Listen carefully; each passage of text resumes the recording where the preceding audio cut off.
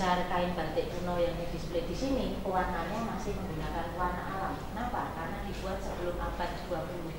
Jadi kain batik yang dibuat sebelum abad 20 semuanya warna alam. Kemudian yang kedua, tidak diperkenankan mengambil gambar, baik itu menggunakan makanya tadi saya sudah memberikan CD museum kepada salah satu ibu guru. Jadi kenapa tidak boleh ambil gambar? Saya jelaskan terus saja, nggak apa-apa. Jadi saya jelaskan kalau ambil gambarnya itu menggunakan tesis, disertasi, ada surat dari perguruan tinggi terkait atau dari kampus dan mengadakan penelitian di sini. Silakan kalau mau ambil gambar. Tapi tentu saja SOP-nya dan prosedur-prosedurnya adalah ada surat pengantar dari kampus. Asal itu terpenuhi, silakan mau mengambil gambar yang mana. Tetapi yang terpenting tidak mengambil gambar saya, yang diambil kan hanya bukan saya. Jadi itu diperkenankan. Jadi ini museum batiknya ini museum pribadi, museum batik pribadi satu-satunya di Asia Tenggara. Jadi pemiliknya itu adalah Bapak Haji Santoso Dola, dia owner tahun. Tetapi memajang kainnya berdasarkan tema yang saya sebutkan. Jadi Pak Santoso itu menekuni batik sejak usia 15 tahun, sekarang sudah 73 tahun, jadi rentang waktunya sudah cukup lama. Dari rentang waktu itu, beliau berkesimpulan mengambil sebuah pandangan bahwa perkembangan batik di Indonesia dipengaruhi oleh zamannya dan atau lingkungannya. Jadi misi museum ini ada 3. Yang pertama, melestarikan dan mengembangkan seni kerajinan batik. Anda tahu tanggal 2 Oktober Hari Batik. Kalau Hari Batik emang cuma pakai batik itu aja, sudah dari luar. Yang penting itu saja, kan esensinya bukan itu. Esensinya adalah Anda tahu proses batik itu apa, motif batik itu bagaimana, ada filosofinya apa tidak. Percuma dapat penghargaan dari UNESCO kalau generasi Indonesianya sendiri melempem. Yang kedua, sebagai sarana pendidikan. Dan yang ketiga, sebagai objek wisata di kota Surakarta. Jadi kalau Anda browsing ke TripAdvisor, kalau mahasiswa sekarang kan pasti komputerismenya tinggi. Jadi kalau Anda browsing ke TripAdvisor, lalu ketik Museum Batik Danar Hadi, objek wisata nomor 1 di kota Surakarta itu adalah Museum Batik Danar Hadi. Buktinya apa? Buktinya ada 2 penghargaan itu, Certificate of Excellence 2013 sama 2014, bahwa museum ini merupakan museum objek wisata nomor 1 di kota Surakarta. Kemudian berdasarkan pembagian tadi, di ruangan pertama ini ada batik Belanda. Batik Belanda itu it doesn't means dibuat di Belanda, tentu saja tidak, tetapi batik yang berkembang pada masa penjajahan Belanda. Pemilik perusahaannya, pemilik ide, motif dan warnanya adalah noni-noni Belanda yang pabriknya bisa di pantai utara, Pekalongan, Cirebon, Semarang, menyusur terus pantai utara, Sidoarjo, Surabaya, atau noni Belanda yang pabriknya di sekitar Jogja dan Solo. Batik Belanda ini berkembang 1840 sampai 1910. Kalau harganya, jadi ini asli dari 1840. Kalau ini kopi nanti namanya Museum Batik Kopi. Buatan 1910 harganya 300 sampai 400 juta rupiah satu potong. Sama dengan lukisan Picasso, Raden Saleh itu mesti harganya juga sama. Batik Belanda ini juga. Lalu cara pemeliharannya bagaimana? Kalau Anda beli kain batik, tanya ke penjualnya, warnanya alam, natural guys, or synthetic guys. Warnanya alam, jangan sekali-sekali disimpan dengan kapur barus. Di tempat kami disimpan dengan rica putih seperti di sana. Rica putih dimasukkan pasang perban. Ini supaya rekannya enggak. Itu pun ada masih ada yang kotor.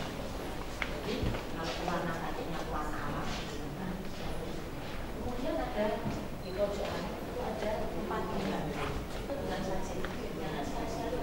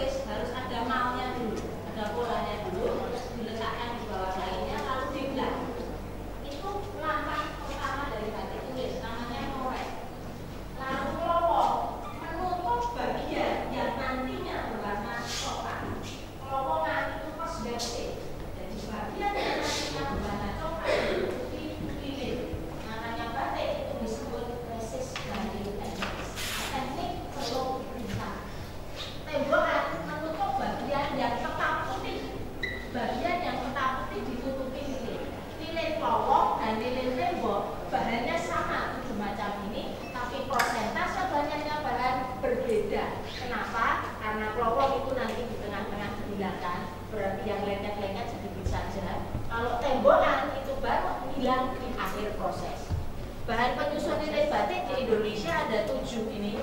Yang pertama mata kucing, itu dari pohon, bukan matanya kucing, dari pohon gama. Yang kedua lemak binatang, itu animal fat, bisa cow, bisa buffalo, bisa sapi, bisa kerbau.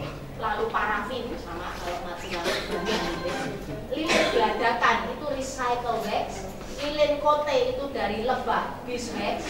Kemudian gondorutem itu dari destilasi Volpinus terpetin.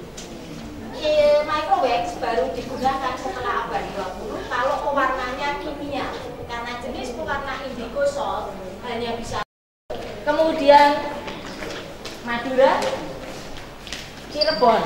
Cirebon ini ada batik keraton tapi juga ada pengaruh keratonnya ya. Ini ada pengaruh Cina karena salah satu istri Sunan Gunung Jati adalah putri dari dinasti Ming.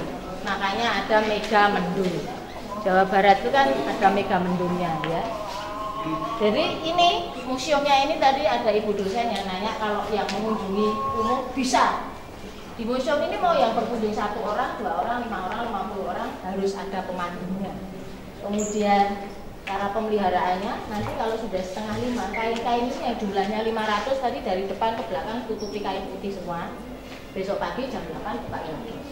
Lalu office boy saya pekerjaannya adalah membersihkan kain ini dengan penyikatnya satu-satu. Karena ruangannya 11, tidak mungkin diselesaikan 1 hari, bisa teler. Ya. Jadi dalam waktu seminggu itu 11 ruangan sudah harus selesai. Ya, jadi pemeliharannya itu. Karena Pak Santoso koleksinya lumayan banyak, jadi bisa. Ini batik pengaruh keraton, ini juga ada batik Sudagaran. Sudagaran itu maksudnya pedagang kesulitannya. Kalau sekarang kan pernah dengar ada kauman laweyan itu dari lawe. Orang Jawa itu suka ngerem di belakang. Laweyan, gitu ya. Lawe itu artinya fibernya, benangnya, seratnya. Karena dulu kampung itu tempatnya orang menun lawe, maka namanya laweyan.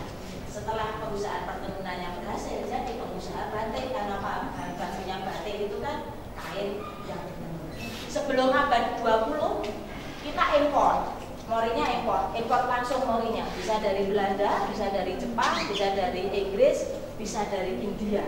Setelah abad 20 kita lebih baik sedikit, impor tapi fibernya.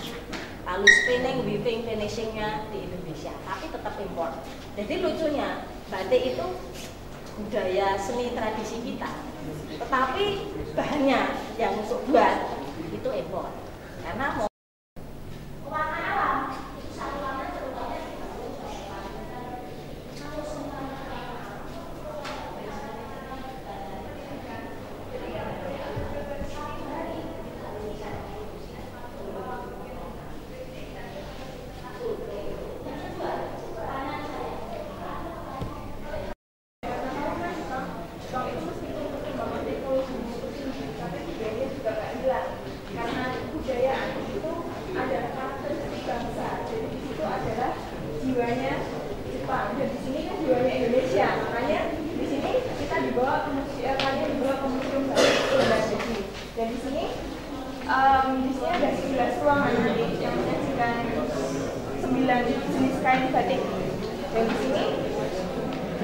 di ruang pertama ini ada batik Belanda.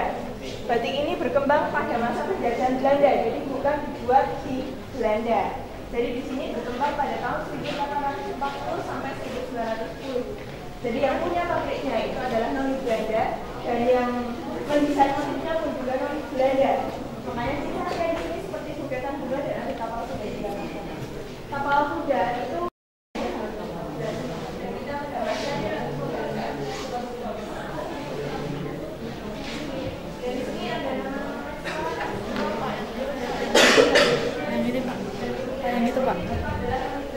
Dadah dong.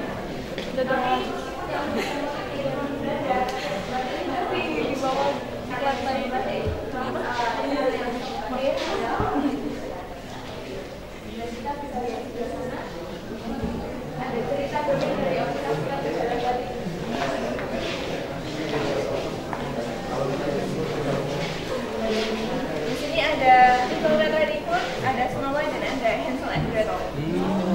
Iya, Gretel.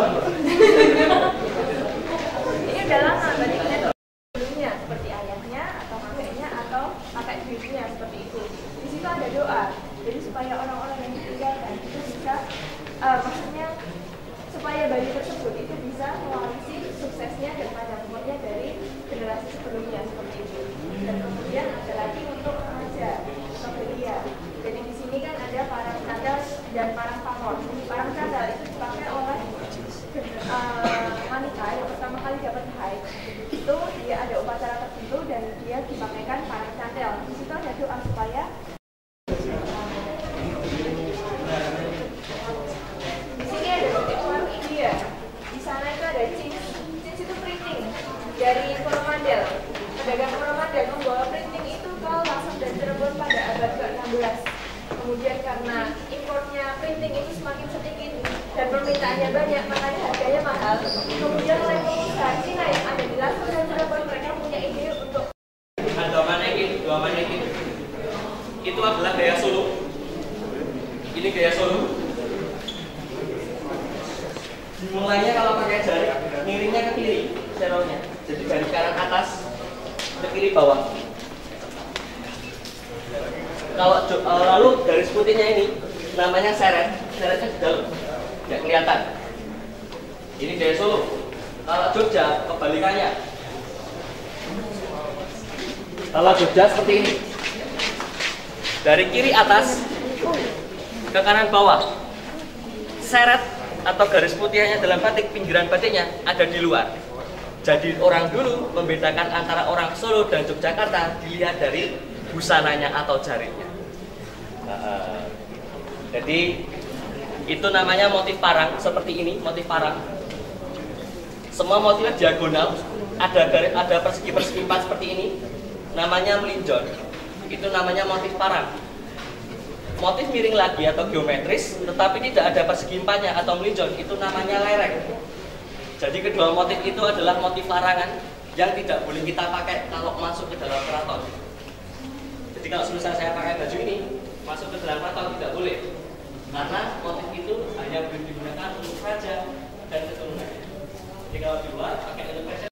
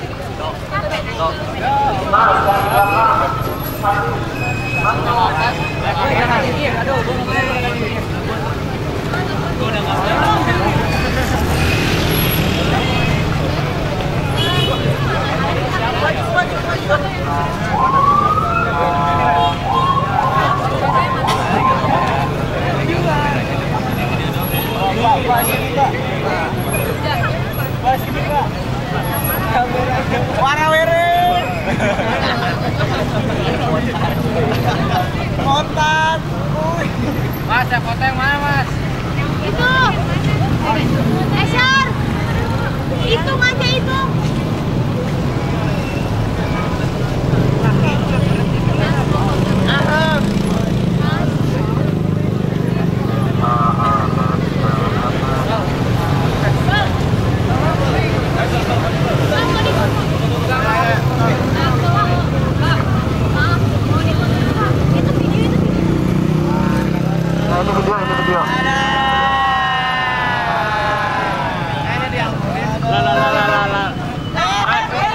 Lu foto dulu,